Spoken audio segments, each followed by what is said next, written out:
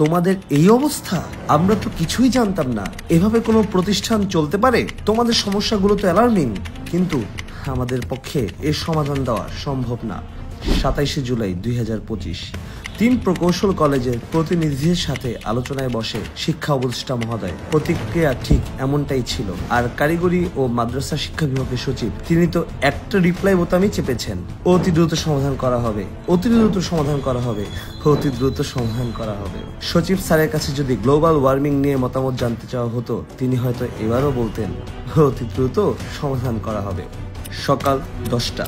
ময়মনসিংহ, বরিশাল ও ফরিদপুর থেকে আগত শত শত শিক্ষার্থীদের জমায়েত কেন্দ্রীয় শহীদ মিনারে। উদ্দেশ্য একটাই, যে করেই হোক মার্চ ফর বিআইটি সফল করতে হবে। শহীদ মিনার প্রাঙ্গণ মুখরিত হয়ে উঠল অস্তিত্বের স্লোগানে।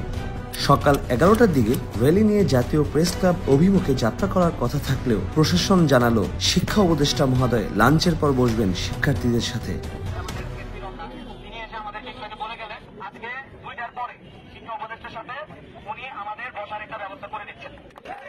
হায় সেলুকাস, এই এক সাক্ষাতের জন্য 2.5 মাস অপেক্ষা করতে হলো।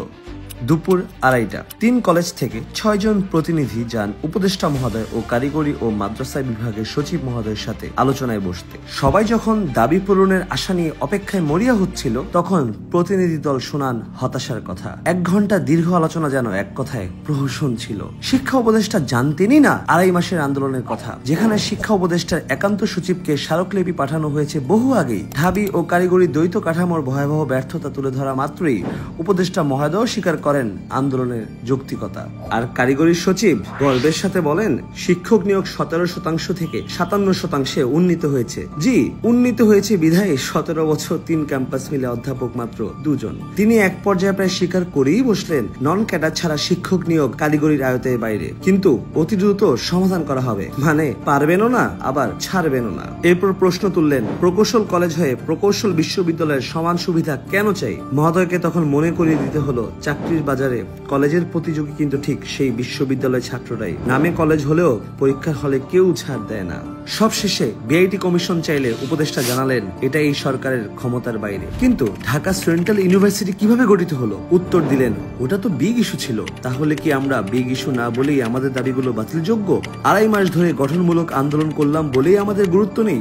আর কেউ জানালা ভাঙলেই সেটা গুরুত্বপূর্ণ হয়ে যায়? ঢাকা বিশ্ববিদ্যালয় অধিভুক্ত 7 কলেজের শিক্ষার্থীদের সাথে ঢাকা বিশ্ববিদ্যালয়ের শিক্ষার্থীদের ধাওয়া পাল্টা ধাওয়া ও ইট পাটকেল নিক্ষেপের ঘটনা ঘটে। বিজিবি ও পুলিশের প্রায় 3.5 ঘন্টার চেষ্টায় রাত 2:30টার দিকে পরিস্থিতি নিয়ন্ত্রণে আসে। দেশের সবচেয়ে বড় শিক্ষা অভিভাবক যখন হাত গুটিয়ে বসে থাকেন, তখন দেয়ালে পিঠ থেকে যায়। তাহলে কি আমরণ অনশনই আমাদের মুক্তির একমাত্র পথ?